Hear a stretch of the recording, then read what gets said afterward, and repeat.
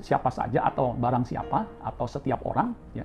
Jadi siapapun di situ, ya, tidak hanya orang yang tidak percaya Yesus yang menyangkal bahwa Yesus bukan Tuhan dan bukan juru selamat, ya, bukan hanya mereka yang menyangkal bahwa dia nggak mau mengenal Yesus atau tidak mengaku Yesus sebagai Tuhan dan juru selamat yang ditolak atau yang disangkal oleh Tuhan Yesus.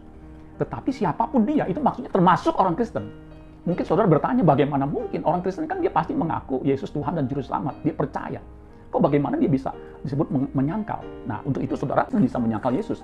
Padahal kan mengaku Yesus sebagai Tuhan dan juru selamat. Tetapi Yesus bisa tolak. Ya, di tengah peradaban masyarakat yang beragama, kemungkinan besar ya, tidak ada penganiayaan terhadap orang Kristen, ya, karena dijamin oleh undang-undang dan hukum. Nggak ada tekanan ya untuk menyangkal Yesus. Ya. Memang kalau di negara tertentu yang Kristennya minoritas, ya, kemudian dikuasai oleh mayoritas yang bukan Kristen, yang non-Kristennya lebih banyak, bisa ada penekanan, penganiayaan, ya, dipaksa untuk menyangkal kepercayaannya. Nah, tapi kalau pertanyaannya, kalau di tengah keadaan yang aman dan nyaman, di mana orang Kristen ya bisa menyangkal Yesus, ya, bagaimana menyangkal di depan umum? Karena nggak ada tekanan, begitu saudara. Jadi sekalipun dia mengaku Yesus sebagai Tuhan dan Juru Selamat, tetapi, nah ini yang disebut menyangkal, meskipun dia Kristen, ya, percaya Yesus, bahkan pergi ke gereja, bisa disebut menyangkal kalau dia tidak melakukan kehendak Allah Bapa di sorga. Nah, luar biasa kan nih firman Tuhan, saudara sekalian. Jadi saudara dan saya, apalagi saya pendeta Kristen, ya, rohaniawan, itu bisa menyangkal Yesus kalau saudara dan saya tidak melakukan kehendak Bapa di sorga. Ayatnya di mana, Pak? Matius 7 ayat 21 sampai 23 dengan tegas Yesus mengatakan begini. Bukan setiap orang yang berseru kepadaku, Tuhan, Tuhan, akan masuk ke dalam kerajaan sorga, melainkan dia yang melakukan kehendak Bapakku yang di sorga. Itu jelas.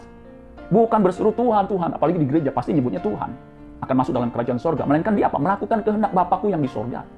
Ayat 22 lebih tegas lagi, lebih jelas lagi. Pada hari terakhir banyak orang akan berseru kepadaku, Tuhan, Tuhan, bukankah kami bernubuat demi namamu? Udah bernubuat. Kalau zaman sekarang itu sudah khotbah mengupas firman dan mengusir setan demi namamu. Setan-setan diusir secara jelas gitu ya. Ketika ada orang kerasukan setan dalam nama Yesus, keluar. Karena ada otoritas, ada urapan. Dan mengadakan banyak mujizat demi namamu juga. Ya, jadi itu tiga prestasi rohani, bernubuat, ya, kemudian mengusir setan dan mengadakan mujizat. Itu kan prestasi luar biasa ya. Prestasi rohaniawan, Kristen yang udah mantep ya. Tapi perhatikan ayat 23. Pada waktu itulah aku akan berterus terang. Ya, aku akan berterus terang di sini memakai kata Yunani yang sama tadi, homologeo. Secara openly, secara publicly, secara terus terang, terbuka di depan Bapa di sorga. Dan berkata, aku tidak pernah mengenal kamu. Enyahlah daripadaku kamu sekalian pembuat kejahatan. Ini tragis saudara sekalian. Bagaimana bisa orang Kristen, rohaniawan yang sudah melakukan mujizat, tetapi tidak bisa masuk dalam kerajaan sorga, bahkan ditolak, aku tidak pernah mengenal engkau, bahkan di label sebagai pembuat kejahatan. Wow, ini nggak main-main saudara sekalian.